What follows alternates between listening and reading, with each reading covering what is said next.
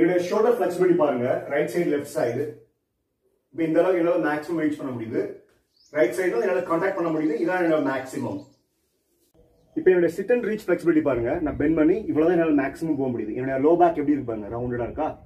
இப்போ என்னோட deep side lunch pastor இந்த மாதிரி பண்ணிட்டு இப்போ இந்த ஹீலை கொண்டு வந்து ரெஸ்ட் பண்ணணும். ரெண்டு பக்கம் எப்படி இருக்குன்னு பார்க்கலாம்.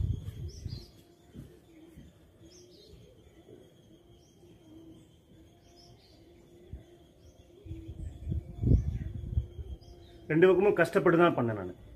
இப்போ என்னோட நீ ஜாயின்ஸ் ரெண்டுமே நல்லா ஃபோல்ட் பண்ணிட்டேன். கம்ப்ளீட்டாக ஃபோல்ட் பண்ணிட்டு என் செஸ்ட் ரைஸ் பண்ணுறேன். இவ்வளோ என்னால் ரைஸ் பண்ண முடியுது. இப்போ ஒரு 10 ஸ்ட்ரெச்சஸ் வந்து ஒரு 5 ரவுண்ட் பண்ணிட்டேன். கிட்டத்தட்ட ஒரு 16 மினிட்ஸ் தேவைப்படுச்சு முடிக்கிறதுக்கு.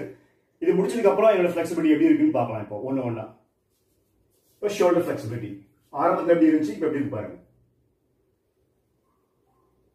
Right side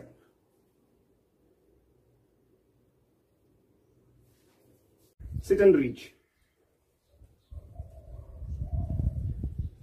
deep side lunge,